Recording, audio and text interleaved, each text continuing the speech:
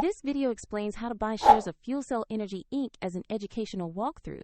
The company develops fuel cell and hydrogen-based clean energy solutions, and it trades on NASDAQ under the ticker FCEL. This is an educational guide only and not financial advice. Always research and understand the risks before investing. To trade, you need a broker, and we'll use eToro as an example to show the steps.